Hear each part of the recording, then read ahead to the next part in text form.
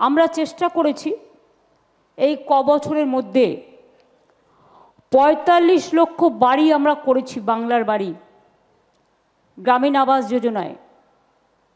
আমরা ইন্ডিয়াতে নাম্বার 1 ছিলাম 5 বছর পর পর 100 দিনের কাজে, গ্রামীণ আবাস যোজনায় এবং গ্রামীণ রাস্তা কর্মসূচিতে।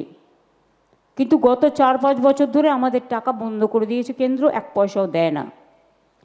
তা সত্ত্বেও আমরা কিন্তু নিজেদের টাকায়, এবং সে টাকাতেও আমাদের শেয়ার ছিল অনেকটাই, একতরফা কিছু হয় না এখানে। এবং এখন তো সব বন্ধ, আমাদের পাওনা টাকা আমরা পাচ্ছি না।